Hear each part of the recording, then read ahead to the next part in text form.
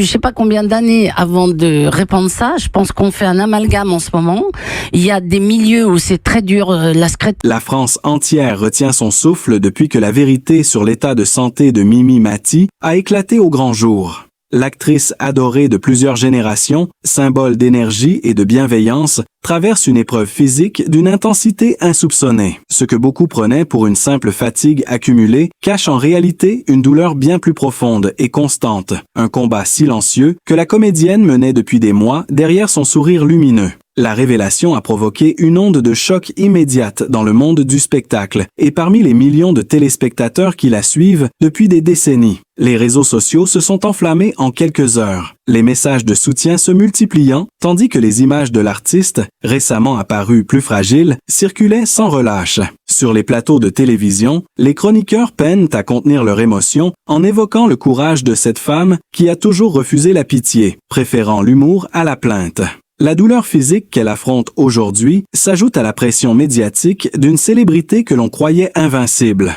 L'entourage de Mimi Mati, bouleversé, parle d'une période d'épuisement extrême, de nuits sans sommeil, de souffrances qui s'intensifient malgré les traitements. Pourtant, fidèle à elle-même, la star de Joséphine Ange Gardien continue de se battre avec une détermination qui force le respect. Les journaux se sont emparés du sujet, les titres rivalisant d'intensité pour décrire la gravité de la situation, tandis que les fans expriment leur désarroi face à cette fragilité nouvelle d'une figure qui leur semblait éternelle. Le contraste entre la femme rayonnante à l'écran et la réalité d'un corps affaibli bouleverse la France entière. Dans les coulisses, ses collègues témoignent d'une Mimi toujours souriante malgré la douleur, refusant d'abandonner les tournages qu'elle considère comme sa bouée de sauvetage. Le public, ému, redécouvre une artiste humaine, vulnérable, mais plus admirable que jamais. Cette révélation inattendue transforme la perception de l'icône, la faisant passer du statut de simple star à celui de combattante exemplaire face à la souffrance. Ce qui a commencé comme une simple gêne au dos est devenu, au fil des mois, un véritable calvaire pour Mimi Mati. Derrière les projecteurs, la comédienne a dû faire face à une douleur qui ne la quittait plus, l'empêchant parfois de se lever le matin ou même de marcher sans assistance. Les médecins ont diagnostiqué une aggravation de sa pathologie vertébrale, un mal qu'elle connaissait depuis longtemps mais qui, cette fois, semblait vouloir la briser. Ceux qui la côtoyaient sur les plateaux se souviennent de ces moments où elle serrait les dents entre deux prises, dissimulant son épuisement derrière un rire forcé. Les techniciens racontent avoir vu l'actrice s'appuyer discrètement contre les décors pour soulager ses jambes, tandis que ses proches tentaient de lui faire comprendre qu'il fallait ralentir. Mais Mimi refusait, persuadée que le travail restait sa meilleure thérapie. Lors d'une apparition à la télévision, son visage légèrement tiré n'avait échappé à personne. Les internautes avaient immédiatement commenté son air fatigué, sans savoir que cette apparente lassitude était la conséquence directe de nuits blanches passées à lutter contre la douleur. Quelques jours plus tard, un cliché volé par un paparazzi montrait l'artiste sortant d'un centre de rééducation soutenu par son mari Benoît Gérard. L'image, largement diffusée, a déclenché une vague d'émotion nationale. Les fans ont inondé les réseaux sociaux de messages d'encouragement, certains rappelant tout ce qu'elle avait apporté au monde du divertissement, d'autres dénonçant la cruauté d'un destin si injuste pour une femme qui n'a jamais cessé de donner de la joie aux autres. Dans une interview récente, Mimi a reconnu que la douleur était devenue une compagne quotidienne, parfois insupportable, mais qu'elle refusait de se laisser abattre. Elle a confié que son secret pour tenir résidait dans la force de son entourage et dans l'amour du public, une énergie qu'elle ressent chaque fois qu'elle monte sur scène. Cependant, selon plusieurs sources proches de la production de Joséphine Ange Gardien, l'équipe a dû adapter les tournages pour ménager sa santé, réduisant la durée des journées et prévoyant des pauses fréquentes. Un membre du personnel technique a révélé que malgré les consignes médicales, Mimi insistait souvent pour terminer les scènes les plus physiques, déclarant que tant qu'elle pouvait bouger, elle continuerait à jouer. Cette obstination, admirée par ses collègues, inquiète néanmoins les médecins, qui craignent que la douleur chronique ne se transforme en handicap irréversible. L'intensité de la souffrance est telle que certaines nuits, elle doit recourir à des séances de kinésithérapie d'urgence. Des témoins racontent avoir vu l'actrice quitter discrètement les studios pour des rendez-vous médicaux, avant de revenir quelques heures plus tard avec un sourire désarmant comme si de rien n'était. Sa capacité à masquer la douleur est devenue presque légendaire. Les journaux spécialisés parlent désormais d'un véritable combat contre le corps, une lutte intime et silencieuse menée dans l'ombre de la gloire. L'émotion atteint un sommet lorsque des extraits inédits d'un documentaire interne, tourné pour une chaîne de télévision, ont fuité. On y voit Mimi, entre deux prises, s'asseoir lentement, le regard perdu, avant de murmurer à voix basse que certaines journées lui semblaient interminables. Ces images, diffusées sans son accord, ont bouleversé le public et provoqué un débat sur la pression exercée sur les artistes malades. Face à la médiatisation croissante de son état, Mimi a préféré se retirer temporairement de la scène médiatique, choisissant le silence plutôt que la compassion forcée. Pourtant, dans ce retrait, elle n'a jamais cessé de rester proche de ses fans, répondant parfois à leurs lettres ou partageant quelques mots sur les réseaux pour rassurer ceux qui s'inquiétaient. Son mari, pilier discret de sa vie, veille sur elle dans leur maison du Sud, un refuge loin du tumulte parisien où elle tente de retrouver un peu de sérénité. Malgré la douleur, elle continue à écrire, à rire, à rêver de nouveaux projets, convaincue que l'art reste la plus belle manière de défier la souffrance. La tragédie de Mimi Mati dépasse désormais la simple question de la maladie. Elle symbolise la résilience, le courage et la dignité d'une femme qui, même affaiblie, refuse de renoncer à sa lumière. Le parcours de Mimi Mati n'est pas seulement celui d'une actrice, mais d'un véritable phénomène culturel né d'un mélange rare de talent, d'audace et de sensibilité. Tout a réellement commencé au début des années 90 lorsqu'elle a fait éclater son rire contagieux sur les planches du théâtre aux côtés de Michel Bernier et Isabelle de Botton dans La Troupe des filles. Leur complicité naturelle, leur humour décalé et leur regard tendre sur la condition féminine ont conquis le public dès les premières représentations. Ce succès a ouvert à Mimi les portes de la télévision, où sa personnalité hors du commun a rapidement séduit les producteurs. Sa carrière a pris un tournant décisif en 1997 avec la naissance d'un personnage qui allait marquer à jamais l'imaginaire collectif français.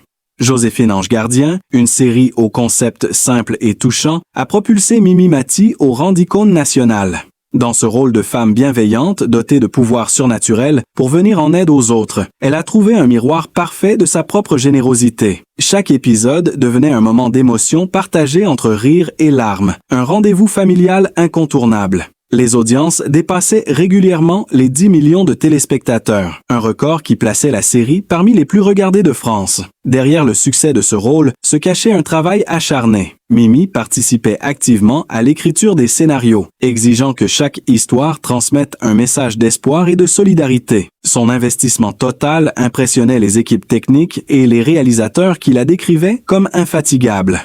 Le tournage de certaines scènes, parfois dans des conditions extrêmes, mettait déjà à l'épreuve son corps fragilisé, mais elle refusait toute doublure. Elle considérait Joséphine comme une mission plus qu'un métier. Les enfants l'adoraient, les parents la respectaient, les grands-parents la remerciaient d'avoir su apporter un peu de lumière dans un monde souvent trop sombre. Son image d'ange moderne dépassait la fiction. Des écoles, des associations caritatives, des hôpitaux faisaient appel à elle pour des apparitions surprises, conscientes de la puissance de son sourire pour apaiser la douleur des autres. La magie de Joséphine ne se limitait plus à l'écran. Elle s'incarnait dans la vraie vie à travers Mimi. Elle recevait des milliers de lettres chaque mois, des témoignages de gratitude venus de tout le pays.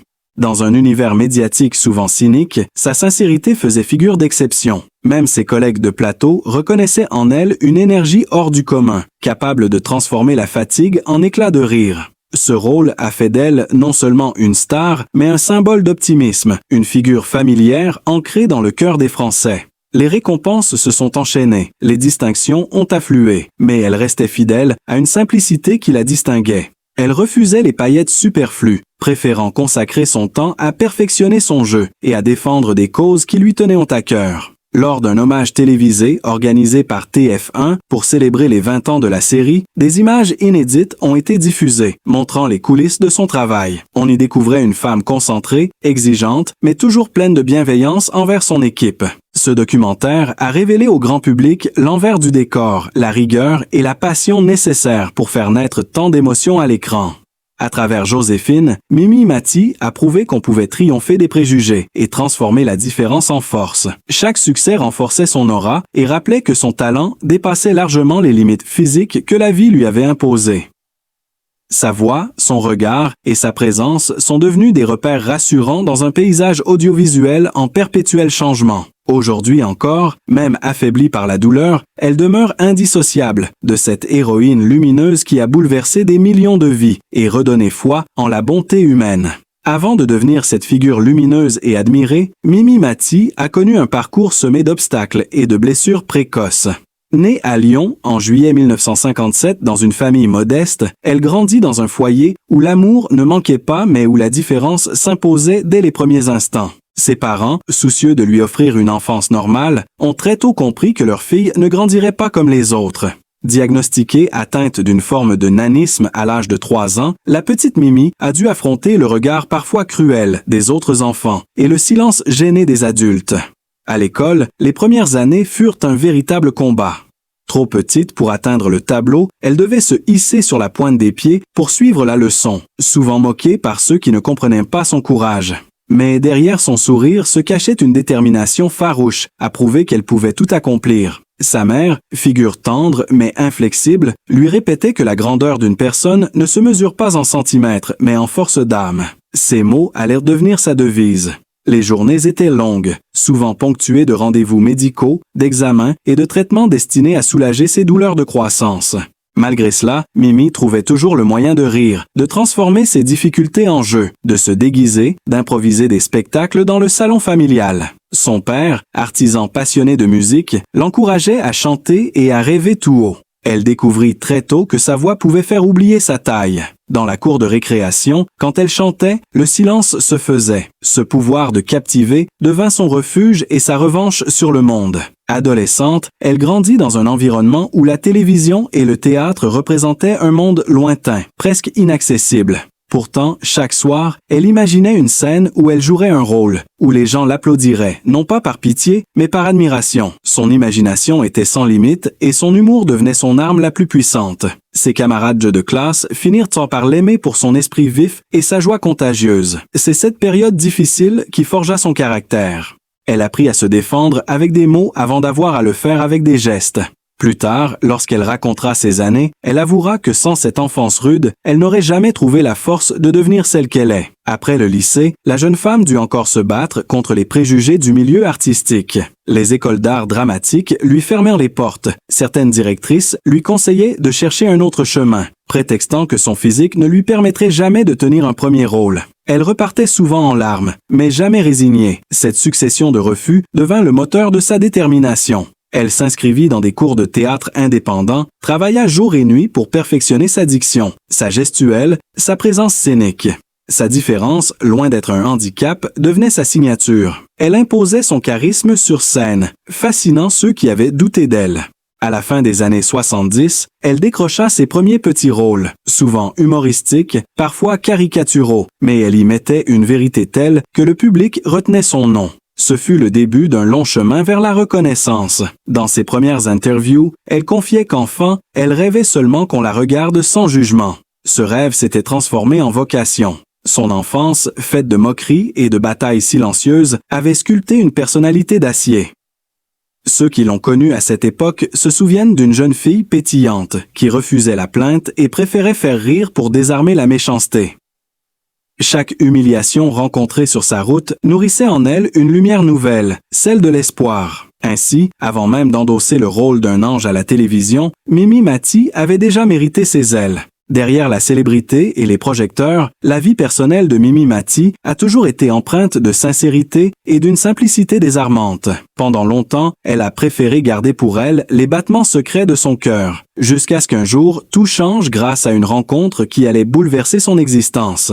C'était en 2003, lors d'un dîner entre amis, qu'elle croisa le regard de Benoît Gérard, un restaurateur originaire de Bretagne, homme discret, cultivé et passionné de cuisine. Ce soir-là, quelque chose d'invisible, mais de puissant se produisit, une étincelle d'une douceur rare. Ils se revirent, se parlèrent longuement, et très vite leur complicité devint évidence.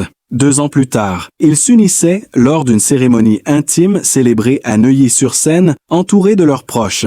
Ce mariage marqua un tournant dans la vie de Mimi. Elle trouva auprès de Benoît un équilibre qu'elle n'avait jamais connu, une tendresse solide à l'abri du tumulte médiatique. Le couple partage depuis une maison dans le sud de la France, un havre de paix niché entre collines et lavandes, loin du bruit et des caméras. Là-bas, Mimi aime se ressourcer, s'occuper de son jardin, recevoir des amis autour d'un repas préparé par son mari. Les journées s'y écoulent au rythme des saisons, dans une atmosphère où l'amour et la bienveillance règnent sans ostentation. Ils n'ont pas eu d'enfants ensemble, mais leur foyer n'a jamais manqué de rire ni de chaleur. Ben Wast, déjà père de 4 enfants nés d'une précédente union, a permis à Mimi de découvrir la joie d'une vie de famille élargie. Elle s'est attachée à chacun d'eux comme s'ils étaient dans les siens, tissant des liens profonds et sincères. Ceux qui ont eu la chance de partager leur intimité parlent d'un couple complice, souvent surpris en train de plaisanter, d'un regard ou d'un geste tendre qui en dit long sur la force de leur union.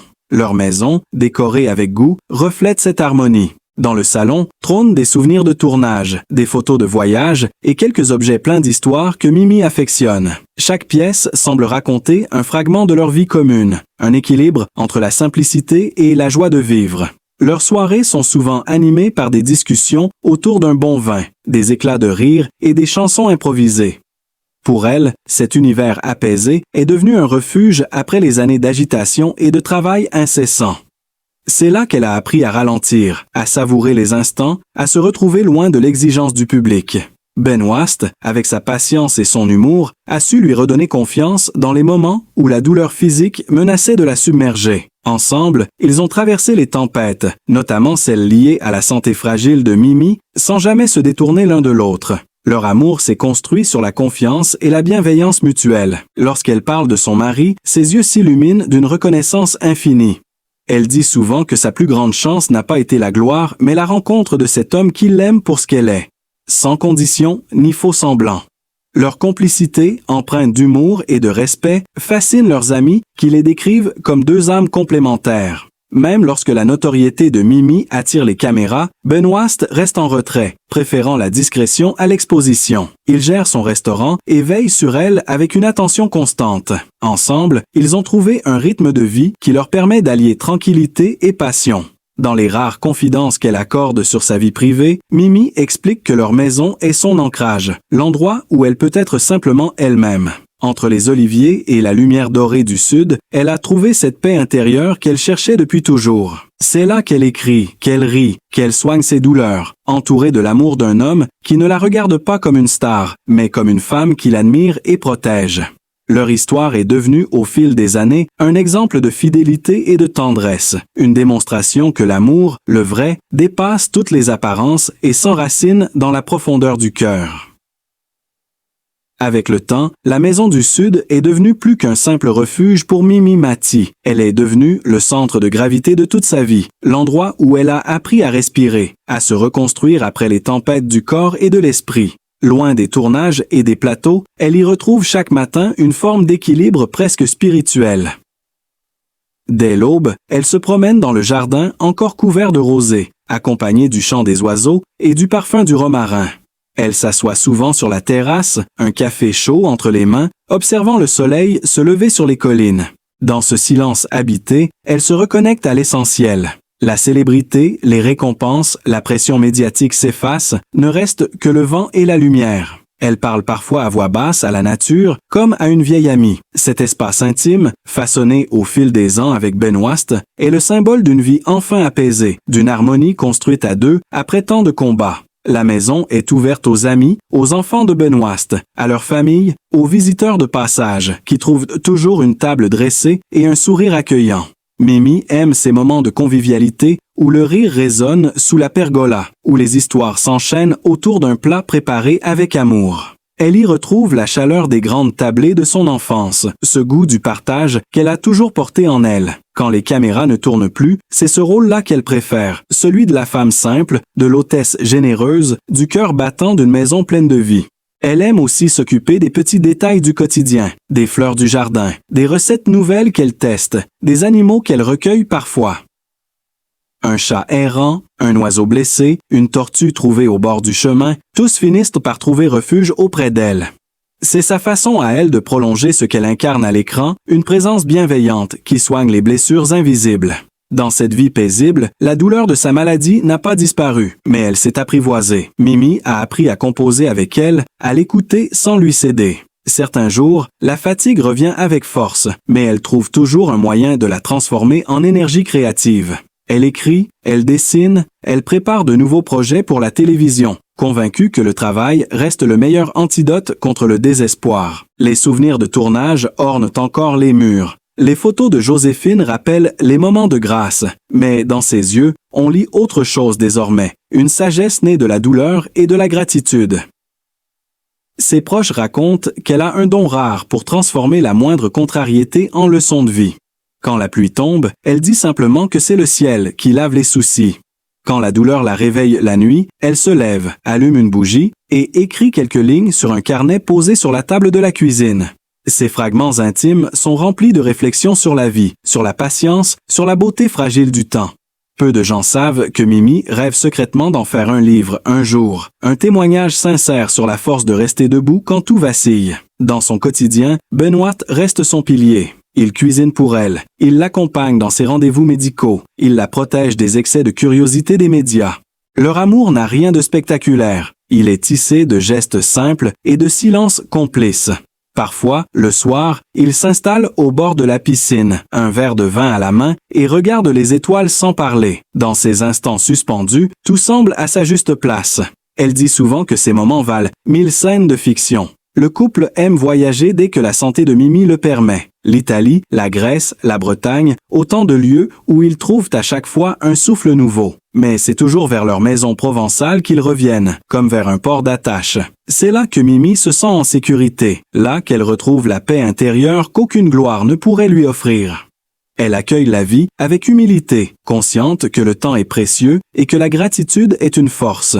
Quand elle parle de l'avenir, elle ne parle pas de projets grandioses, mais de moments à savourer, de rires à partager, de mains à serrer. Sa maison n'est pas un lieu figé, c'est un organisme vivant, vibrant, nourri par l'amour, la mémoire et la bienveillance. Ceux qui y entrent en ressortent touchés, apaisés, comme s'ils avaient approché quelque chose de rare. Pour Mimi Mimati, la vraie réussite n'est plus celle que l'on mesure en applaudissements, mais celle qui se lit dans la sérénité d'un matin sans douleur, dans le regard d'un homme qui vous aime sans condition, dans la beauté d'une vie simple vécue pleinement malgré les cicatrices.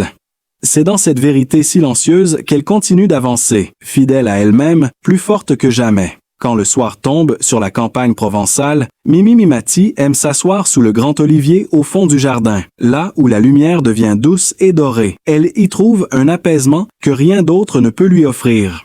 Parfois, elle ferme les yeux et écoute les bruits du monde, le chant des cigales, le souffle du vent qui traverse les collines, le pas léger de Benoît revenant du potager. Dans ces instants, elle mesure le chemin parcouru, les épreuves traversées et la beauté de tout ce qu'elle a su préserver. Loin des plateaux, elle n'est plus l'actrice célèbre. Elle redevient simplement une femme parmi les siens, une âme fragile mais reconnaissante. Chaque objet dans la maison a une histoire. Sur une étagère, une photo d'elle jeune, sur scène, lui rappelle l'époque des débuts, quand le rêve semblait si grand et le monde si vaste. Plus loin, une peinture offerte par un fan trône au-dessus du piano. Elle la regarde souvent en souriant, comme pour se souvenir que la reconnaissance des autres est le plus beau cadeau que puisse recevoir un artiste.